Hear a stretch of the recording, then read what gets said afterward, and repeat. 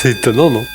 Pierre Desproges, une petite parenthèse. Moi, je voudrais mon droit de réponse à Jean-François Kahn, Oui, Pierre Desproges. qui nous a servi les programmes de la semaine dernière. Moi, j'ai ici Télé 7 poches. Montrez votre couverture À qui, là-bas? Voilà.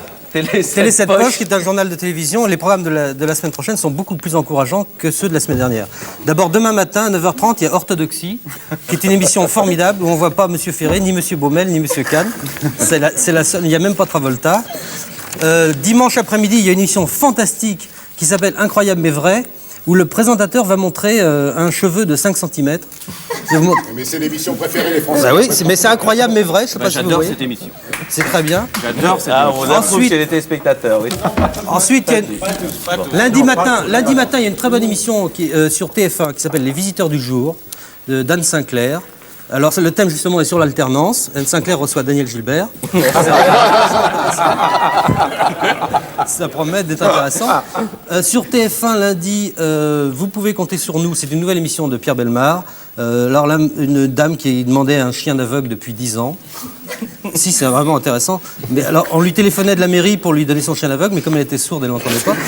Finalement, grâce à Bellemare, elle a un berger allemand qui n'arrête pas de la mordre parce qu'il est arabe. Mais enfin, ça peut être une bonne émission. Il faut faire une émission avec lui. Oui, lundi, le journal de 20h. Le journal de 20h lundi. Le journal de 20h lundi est exceptionnel. Il y aura une interview de Madame Annie Grangier, qui est présidente de l'Association des femmes battues, qui viendra avec des photos d'Anne Sinclair et de Daniel Gilbert. Vous aurez également lundi toujours sur FR3, qui est une très bonne chaîne, une émission qui s'appelle Décrochage régional, je ne sais pas si vous avez vu.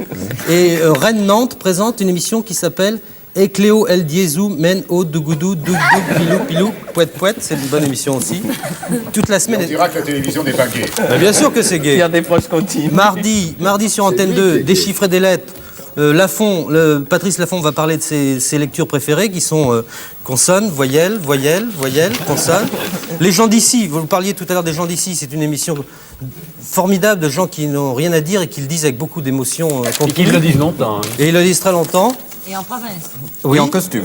Mercredi, le magazine de l'ONICEP, que personne ne regarde, c'est une heure assez bâtarde, qui est à 13h40. Magazine de l'ONICEP, un métier pour demain. Aujourd'hui, rien. Repassez demain. Ce qui paraît très sage. C'est le thème, hein. Les jeux de 20h, le mot-clé est fracture, avec Anne Sinclair, Daniel Gilbert, etc. Je vais arriver au bout de la semaine comme ça. Jeudi, réponse à tout. La question est, quand je pense à Fernande, que dois-je faire? Jeudi encore sur Antenne 2, Histoire d'un bonheur.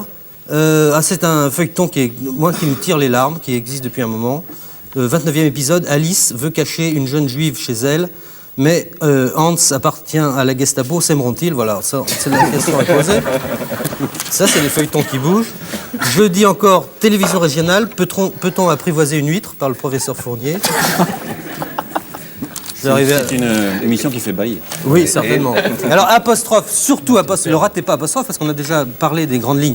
Il y aura Philippe Labro, qui va parler de son livre, Marcel Julien, et surtout Jean-Pierre Elkabbach. Ça, vous pensez bien. Jean-Pierre Elkabbach, écoutez, c'est normal qu'il parle un peu, voyons. de son livre qui s'appelle Taisez-vous Labro, que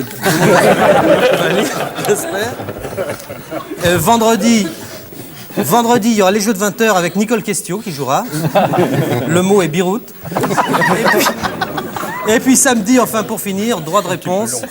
Oui, on termine. Droit de réponse de Michel Polac qui s'obstine. Alors Michel Polac qui s'obstine à refuser de nous dire dès le lundi la liste des invités qu'il dresse le jeudi. Et le thème de l'émission sera doit-on dresser la liste des invités dès le lundi? Mais est-ce qu'on pourrait Merci Pierre Desproges.